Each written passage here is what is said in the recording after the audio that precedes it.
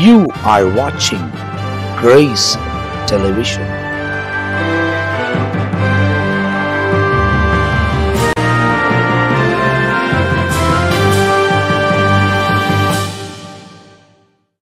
ஆண்டவரும் அருமை இரட்சகராக இயேசு கிறிஸ்துவின் நாமத்தினால் உங்கள் யாவரையும் நாங்கள் அன்போடு கூட வாழ்த்துகிறோம், உங்களை வரவைக்கின்றோம்.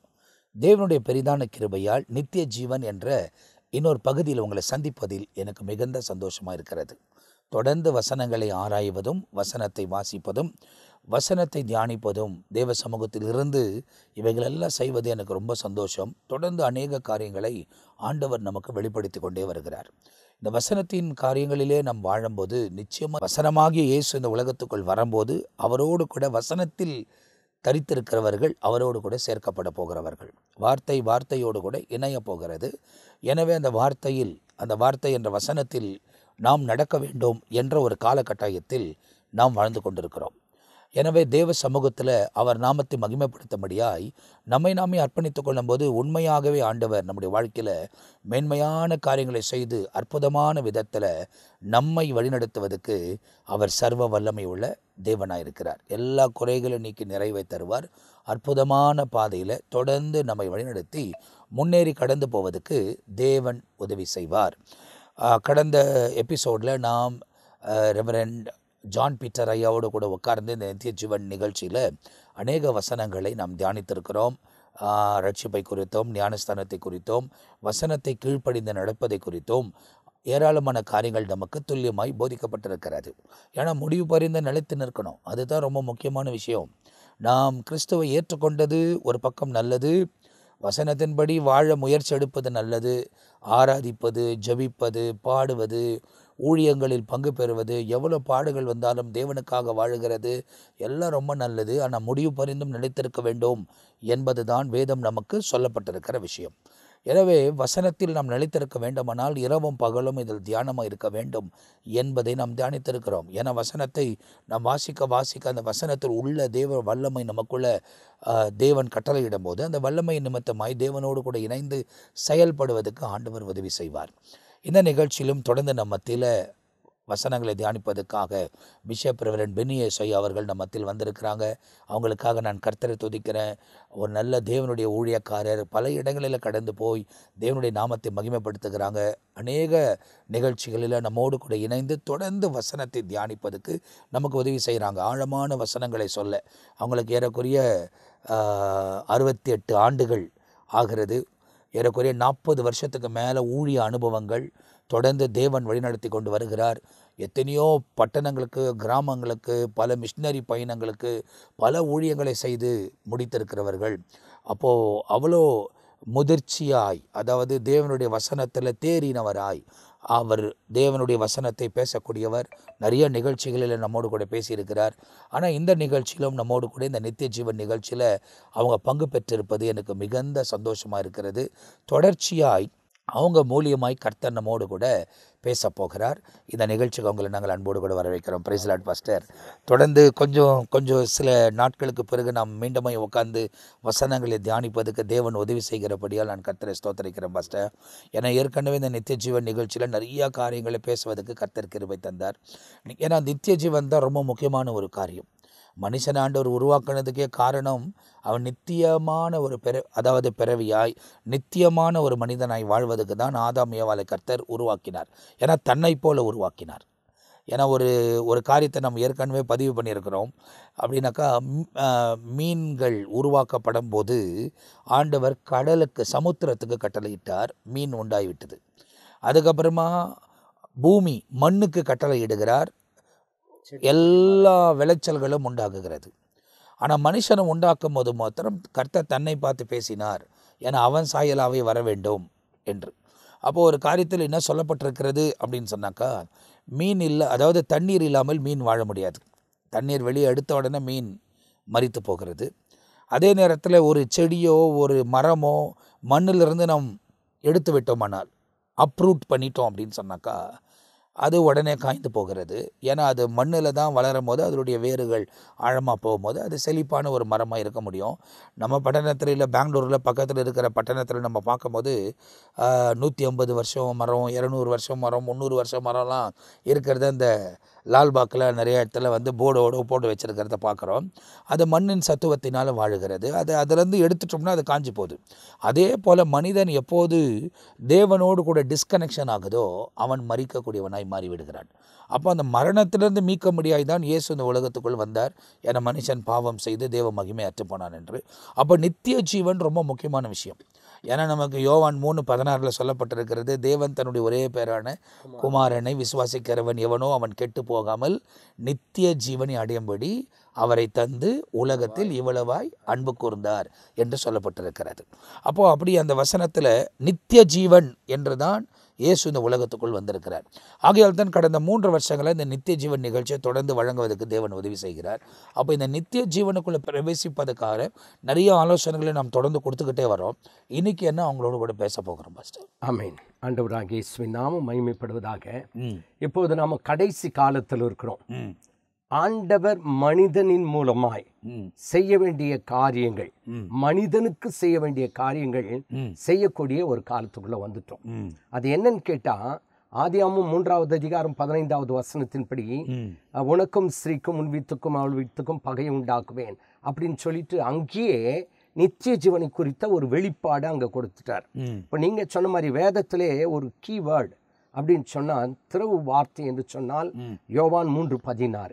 அதுல என்ன சொல்லி, இவ்வளவாய் அன்பு கூர்ந்து நித்திய ஜீவனை அளிக்கும்படி இவ்வளவாய். அப்போ தேவ திட்டம் என்னன்னு கேட்டா, மனிதனுக்கு ஒரு நித்திய ஜீவனை கொடுக்க வேண்டும். அப்போ அந்த நித்திய ஜீவனை கொடுக்கக்கூடிய அந்த கடைசி காலத்துக்குள்ள நம்ம வந்துட்டோம். காரணம் என்னன்னு கேட்டா, அநேக காரியங்கள், குறிப்பாக இந்த 2000 ஆண்டுகளுக்கு இடையில நடக்காத சில சம்பவங்கள், கடைசி காலத்தின் அடையாளங்கள் நிறைவேறிக்கொண்டே வருகிறது. இன்றைக்கு இந்த உலகத்தை 3 காலமாய் சற்று பிரித்து இப்போ நித்திய ஜீவனை பெற்றுக்கொள்ளுகிற காலத்திற்குள் நாம் வந்திருக்கிறோம் என்பதை சற்று தெளிவாய் காட்டி கொடுக்க வேண்டும் என்று விரும்புகிறேன்.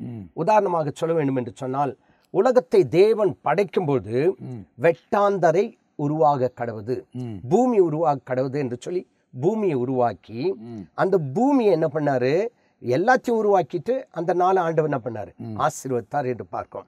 இந்த பூமி எப்படியாய் மாறினது என்று சொன்னால், ஆதாம் ஏவாள் பாவம் செய்தபடினால் பூமி முள்ளும் குறுக்கும்.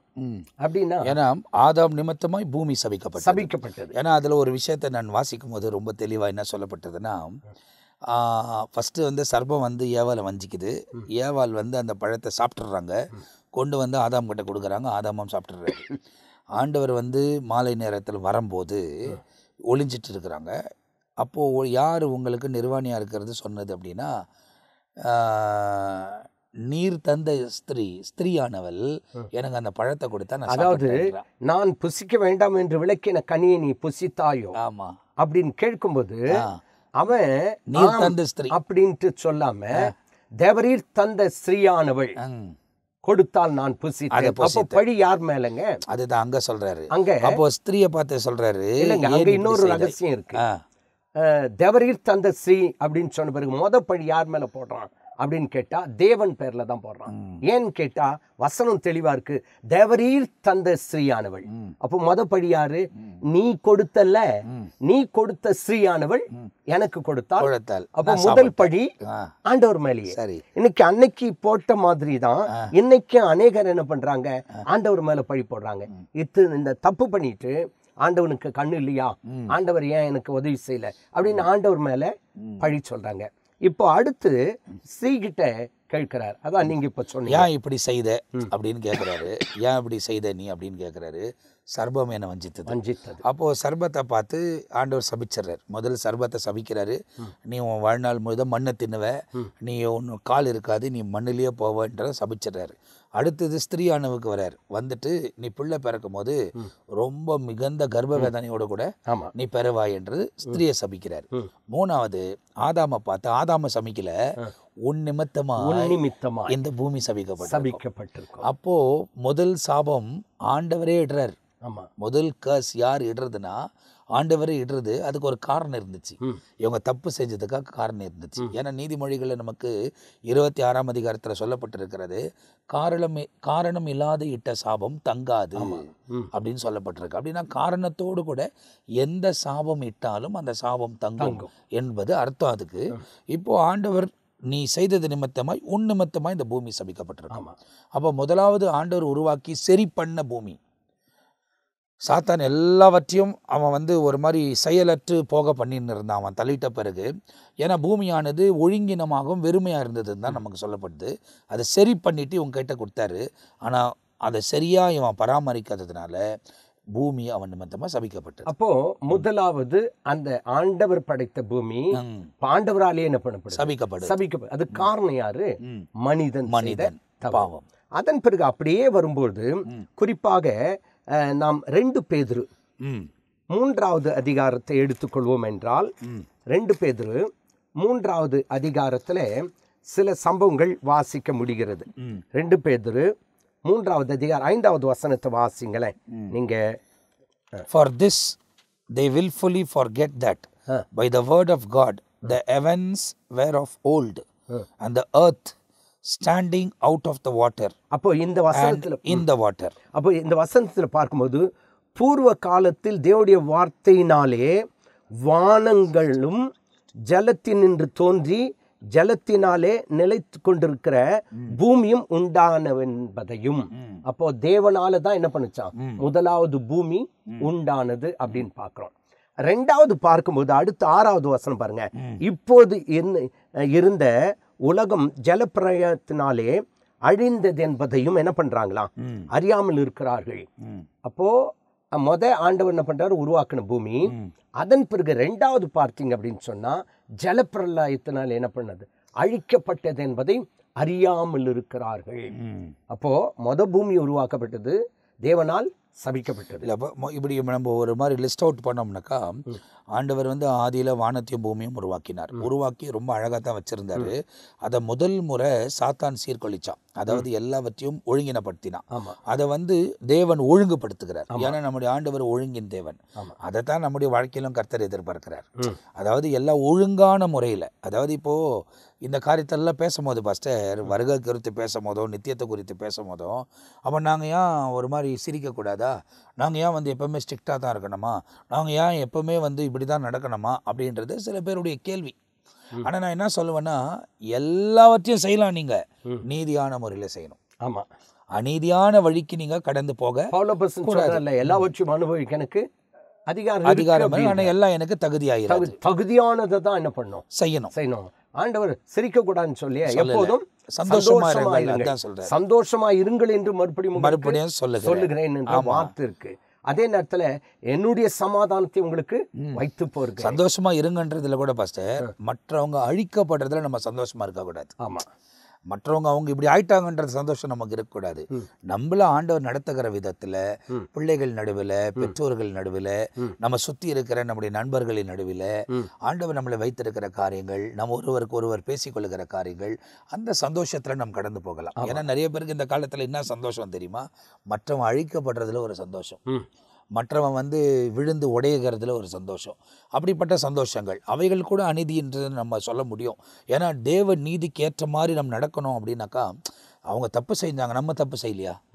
அப்போ நான் கூட இப்போ பார்த்தீங்கன்னாக்கா 19 வயசு வரைக்கும் நிறைய தவறுகளை செஞ்சு தான் ஆண்டவர் என்னை மனம் திரும்ப வச்சு ஊழியத்துக்குள்ளே கொண்டு வந்தார். ஆனால் ஊழியத்துக்கு வந்த பிறகும் எத்தனையோ முறை கர்த்தரை விட்டு விலகி போகக்கூடிய அளவுக்கு நிறைய சம்பவம் என் வாழ்க்கையில் நடந்திருக்கு. ஆனால் ஆண்டவர் தான் தொடர்ந்து கூட இருந்து தூக்கி எடுத்து இரத்தத்தினால் சுத்திகரித்து ஆலோசனைகளை தந்து பலன் தந்து தெய்வ தந்து இப்போ உங்களை ஊழியக்காரங்களோட கூடலாம் இணைச்சி அவங்க வாழ்க்கை முறைகளெல்லாம் பார்த்து ஒவ்வொரு காரியத்தையும் கற்றுக்கொண்டு வசனத்தின்படி தொடர்ந்து நடக்க வேண்டும் என்று முன்னேறி கடந்து போவதுக்கு, அதை புரிந்து கொள்வதற்கு ஏறக்குறைய 25 ஆண்டுகள் எடுத்தது எனக்கு. இப்போ இந்த 3 ஆண்டுகள் தான் இந்த 28வது ஆண்டுக்குள்ளே ஊழியத்துக்கு அழைக்கப்பட்டிருக்கிறேன். அப்போ இந்த 28 ஆண்டுகளில் இந்த 3 ஆண்டுகள் அதிகமான வார்த்தையின் வெளிச்சத்தில் நடக்க வேண்டும் என்ற ஒரு இறுதியத்தை தேவன் தராரு. இன்னும் முயற்சி எடுக்கிறேன், இன்னும் போராட்டங்கள் எனக்கு இருக்குது, இன்னும் போராட்டம் இருக்குது. ஆனால் ஆண்டவர் ஆவியானவர் என்ன சொல்லிட்டாருன்னா, இந்த போராட்டம் அப்படி முடியாதுடா, கடைசி வரைக்கும் இருக்கும். உன் மூச்சு போற வரைக்கும் நீ போராடுவ. ஆனா நல்ல போராட்டத்தை போராடு. ஆமென். நல்ல போராட்டத்தை போராடு. உனக்காக வச்சிருக்கிற அதனால்தான் மோசி அழகா சொல்றாரு. மோசி பற்றி சொல்லப்பட்டது.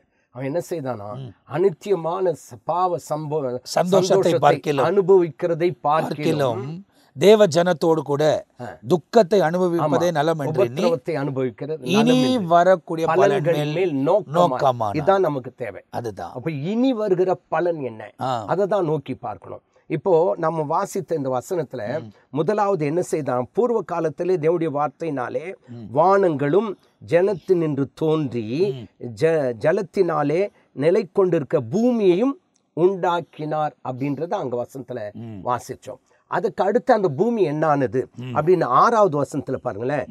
இப்பொழுது இருந்த உலகம் ஜலப்பிரளயத்தினாலே அழிந்தது என்பதையும் மனதார அறியாமல் இருக்கிறார்கள். அப்போ by which the world that then existed perished, being flooded with water என்று எழுதப்பட்டிருக்கு. அப்போ ஆண்டவர் ஒழுங்குபடுத்தினாரு. ஒழுங்குபடுத்தின பிறகு சாபம் உள்ள வந்ததுக்கு காரணம் அவர்கள் செய்த பாவம். மறுபடியும் என்ன பண்றாருன்னு கேட்டா, அவங்கள சரி பண்ணணும்னு நினைக்கிறாரு. இப்போ நோவாவின் காலத்துல பார்க்கும்போது இந்த உலகம் அதிகமான பாவத்திற்குள்ள ஆனதுனால ஜலப்பிரளயத்தினால என்ன பண்ணிட்டாருங்களா, உலகத்தை அழித்து விட்டார். இப்போ 7வது வசனத்தை வாசி பாருங்களேன். இது 3வது காரியம். By the heavens and the earth which are now preserved by the same word and reserved for the fire until the day of judgment and the prediction of ungodly men. அப்போ இந்த வசனத்தை பார்க்கும்போது அடுத்து இப்பொழுது இருக்கிற வானங்களும் பூமியும் அந்த வார்த்தையினாலேயே அக்கினிக்கு இரையாக வைக்கப்பட்டு, அப்ப இந்த பூமி என்ன செய்ய போகுதுங்களா, அக்கினிக்கு இரையாக வைக்கப்பட்டு தேவ பக்தி இல்லாதவர்கள் நியாயம் தீர்க்கப்பட்டு அழிந்து போகும் நாள் வரைக்கும், அதாவது தேவ பக்தி இல்லாதவர்கள் நியாயம் தீர்க்கப்பட்டு, அம்னாக்கு பக்தி உள்ளவர்கள் இல்லை, தேவ பக்தி இல்லாதவர்கள் நியாயம் தீர்க்கப்பட்டு அழிந்து போகும் மட்டும் அந்த நாள் வரைக்கும் காக்கப்பட்டிருக்கும். அப்போ இந்த வசனத்தின் மூலமா நாம கற்றுக்கொள்ள வேண்டியது என்ன, இந்த பூமி வெந்துருகி சாம்பலாகும், அக்கினிக்கு இரையாக்கப்படும். அக்கினிக்கு இரையாக்கப்படுகிற அந்த நாட்களிலே தேவன் நமக்கு நித்திய ஜீவனை கொடுக்க போகிறார்.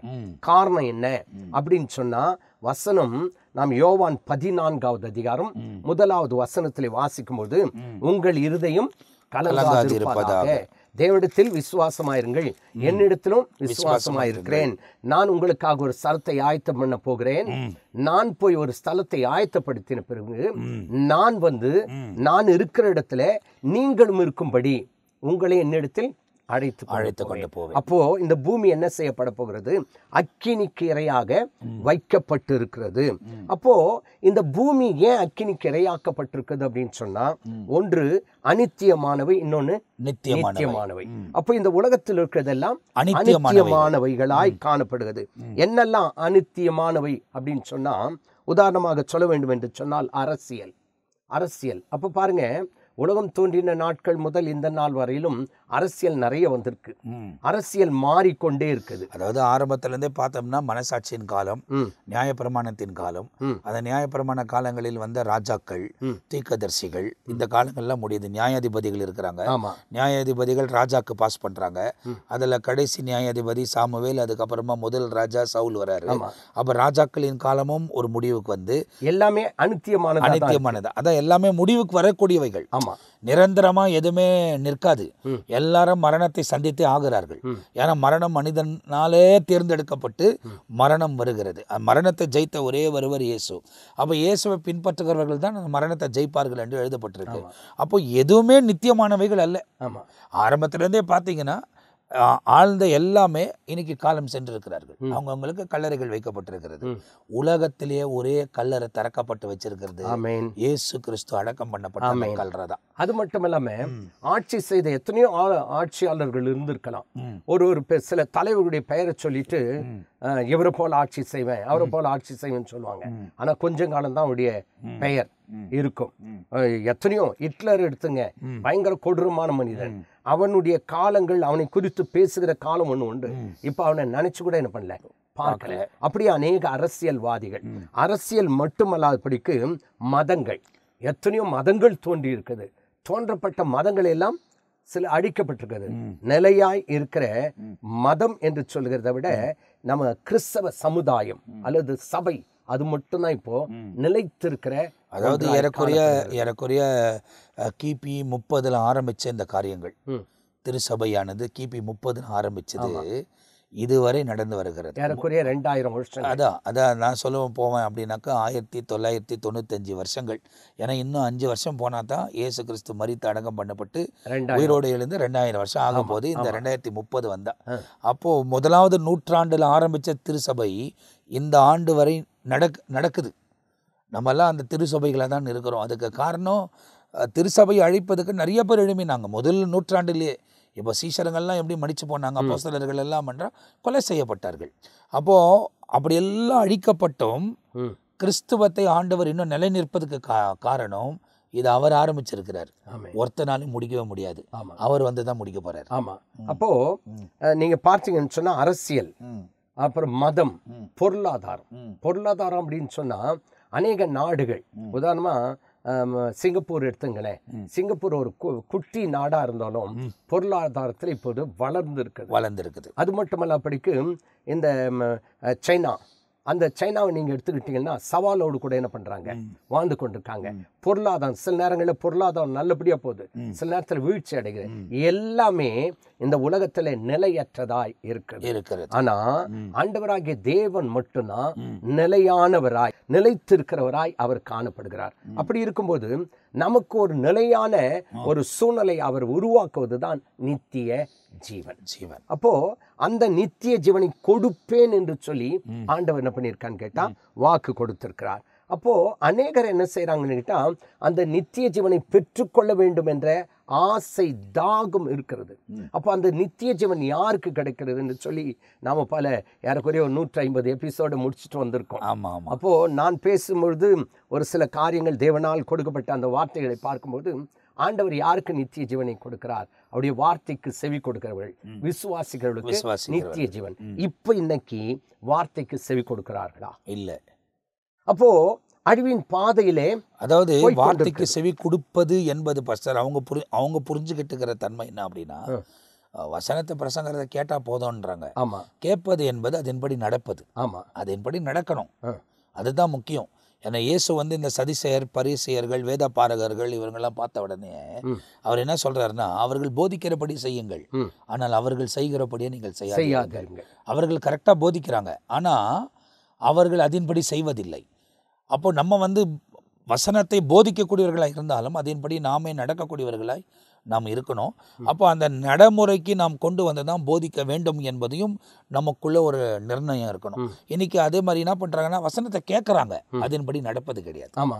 அப்போ ஆண்டவர் என்ன பண்ணியிருக்காரு, நித்திய ஜீவனை கொடுப்பேன் என்று வாக்குத்தத்தம் பண்ணியிருக்காரு. அப்போ யாருக்கு கொடுக்கிறாரு? வசனத்தை தியானித்து வசனத்தின்படி நடக்கக்கூடியவர்களுக்கு. இப்ப இன்னைக்கு வசனத்தை கேட்காங்களான்னு கேட்டா இல்ல, வசனத்தை என்ன பண்றாங்க, தள்ளி விடுகிறார்கள். அவருடைய நியமத்தின்படி நடக்கிறார்கள் என்றால் இல்லை. அதற்கு ஒரு சில உதாரணங்களை உங்களுக்கு சொல்ல ஆசைப்படுகிறேன்.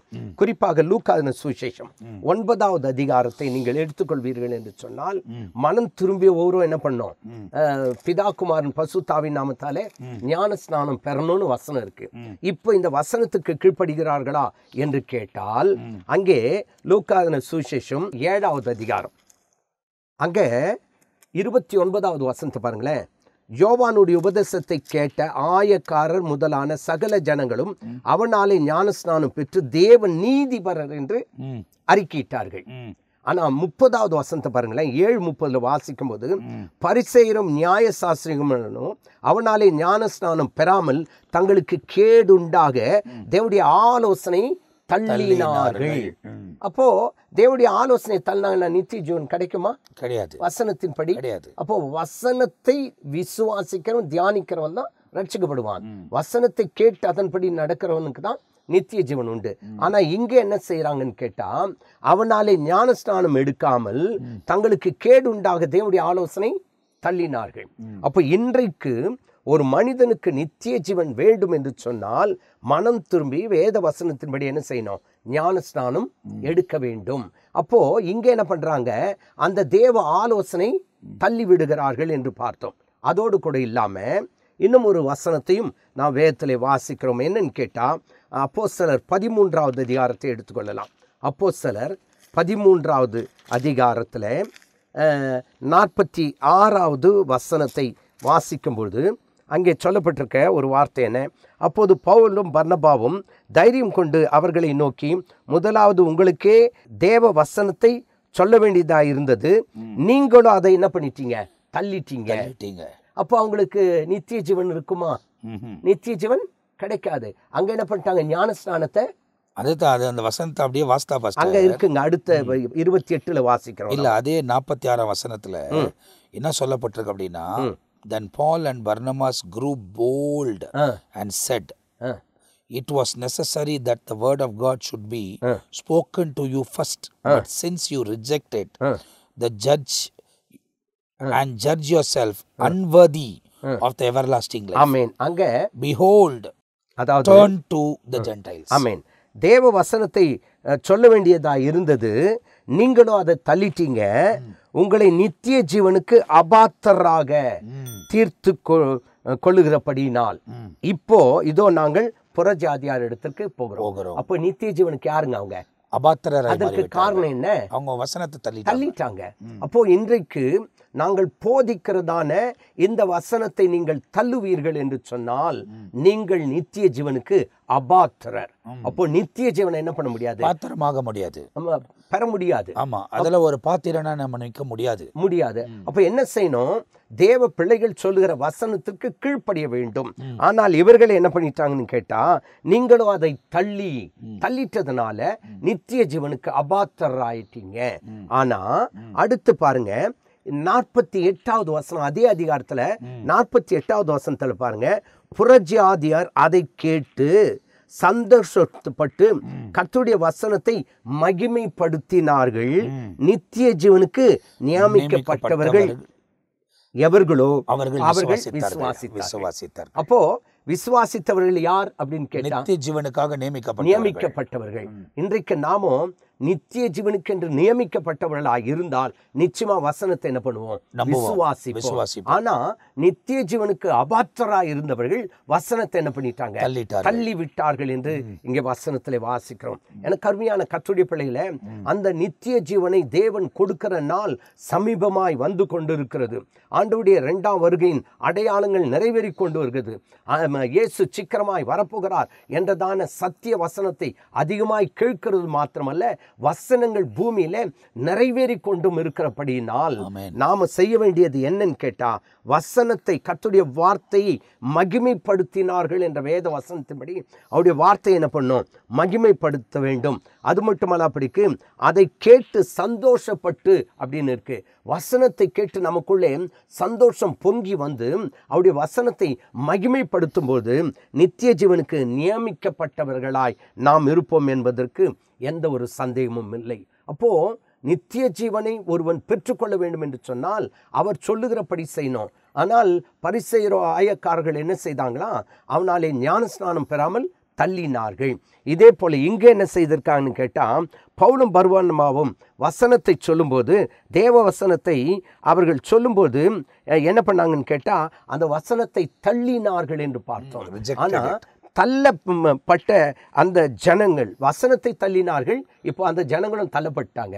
இப்போ புறஜாதியார்கிட்ட வரும்போது புறஜாதியார் வசனத்தை சந்தோஷமாய் ஏற்றுக்கொண்டார்கள். அப்போ நித்திய ஜீவன் வேண்டும் என்று சொன்னால் வசனத்தை தள்ளக்கூடாது. இன்னும் ஒரு வசனத்தையும் நாம் வாசிக்க போகிறோம். மார்க் 7வது அதிகாரம் 8வது வசனத்தை பாருங்களேன். 7வது அதிகாரம் 8வது வசனம், நீங்கள் தேவனுடைய கட்டளையை தள்ளிவிட்டு, தேவனுடைய கட்டளையை தள்ளிவிட்டு மனுஷுடைய பாரம்பரியத்தை கை கொண்டு வரு. இப்போ இந்த இடத்துல நம்ம இதை பார்த்துக்கிட்டே இருக்கிறோம். நமக்கு இந்த எபிசோடுடைய நேரம் முடியுது. ஏன்னா பாஸ்டர் வந்து ஒரு பெரிய சப்ஜெக்ட் எடுக்கிறாங்க. அது வந்து ஆவியானவர் நடத்துகிறதுனால, அதாவது அந்த வசனத்தை அவர் வாசிக்கும் போது அது என்ன வசனம் என்பது எனக்கு புரிஞ்சிருச்சு. ஏன்னா நீங்கள் தேவனுடைய வசனத்தை புறக்கணித்து பாரம்பரியத்தை பின்பற்றக்கூடியவர்களாக இருக்கிறீர்கள். அந்த முறையில் சொல்லப்படுகிறது. பாரம்பரியம்னா நிறைய காரியத்தை பேசணும் அதில் வச்சு. அதனால் அதெல்லாம் அடுத்த எபிசோடுக்கு நம்ம கொண்டு போகிறோம். அப்போ இந்த இடத்துல சொல்லப்பட்டிருக்கிற காரியத்தை நீங்கள் ஜஸ்ட் கவனித்து பாருங்கள். வசனத்தை தள்ளினால் நீங்கள் உங்களுக்கு வரப்போகிற நித்திய வாழ்வை தள்ளிவிடுகிறீர்கள். புறஜாதிகள்னால் இஸ்ரவேல் அல்லாதவர்கள். நாம் ஆவிக்குரிய இஸ்ரவேலர்கள், அவர்கள் மாம்சத்தின் இஸ்ரவேலர்கள். அப்போது புறஜாதியார்கள் சந்தோஷமாய் அவைகளை ஏற்றுக்கொள்ளும் போது, அதாவது நித்திய ஜீவனுக்காக யாரெல்லாம் நியமிக்கப்பட்டார்களோ அவர்களெல்லாம் ஏற்றுக்கொண்டார்கள் என்று அந்த இடத்துல எழுதப்பட்டிருக்கு. அப்போ இப்போது பாஸ்டர் அவங்க மார்க் எழுதின சுவிசேஷத்தில் வாஸ்த வசனம் ரொம்ப முக்கியமானது. அதிலிருந்து நிறைய காரியத்தை நாம் பார்க்க போகிறோம். அவைகள் அடுத்த பகுதியில் நீங்கள் பார்க்க போகிறீர்கள். எனவே இந்த பகுதி ரொம்ப ரொம்ப சுவாரஸ்யமாய் அநேக காரியங்களை கற்றுக்கொள்வதற்கு தேவன் உதவி செஞ்சிருக்கிறார். வசனத்தின் வெளிச்சத்தில் நடக்க வேண்டும். வசனத்தை கேட்பது நல்லது, அதன்படி நடப்பது ரொம்ப ரொம்ப நல்லது. ஒருவேளை போதிக்கக்கூடியவர்கள் தவறான பாதையில் நடந்தால் அதை குறித்து நீங்கள் கவலைப்பட தேவையில்லை. நீங்கள் போதனையின்படி நடங்கள். எல்லாருமே நியாய தீர்ப்பில் நிற்பாங்களா அப்படின்னா, யாரெல்லாம் கிறிஸ்துவை போல வாழ்ந்தார்களோ, கிறிஸ்துவுக்குள் வாழ்ந்தார்களோ, கன்னிமிக்க நேரத்தில் மறுரூபமாக்கப்படுவாங்க. மீதி பேர் எல்லாமே நியாய தீர்ப்பில் நிற்பாங்க. ஸோ அதனால் ரொம்ப தெளிவான சில வசனங்கள் எல்லாம் ஆண்டவர் தொடர்ந்து நமக்கு போதித்து கொண்டு வருகிறார். வசனத்தின்படி நடக்க உங்களை ஒப்புக்கொடுங்கள். நித்திய வாழ்வை பெறுவதற்கு தேவன் நமக்கு உதவி செய்வார். ஏராளமான காரியங்களை நம்ம மத்தியில் போதிக்கப்பட்டிருக்கிறது. ஃபஸ்ட்டு இந்த பகுதியில் ரொம்ப நல்ல காரியங்கள் எல்லாம் ஆண்டவர் உங்கள் மூலியமாக சொல்லி கொடுத்துருக்கிறாரு. ஏன்னா நீங்கள் வாஸ்த வசனம் ரொம்ப முக்கியமானது. ஏன்னா பாரம்பரியம் என்ற ஒரு வார்த்தை சொல்லப்பட்டிருக்கு. இன்றைக்கி பாரம்பரியமாக என்னெல்லாம் செய்கிறோன்றதை அடுத்த பகுதியில் நம்ம அவங்களோட கூட பகிர்ந்து கொள்ளலாம்.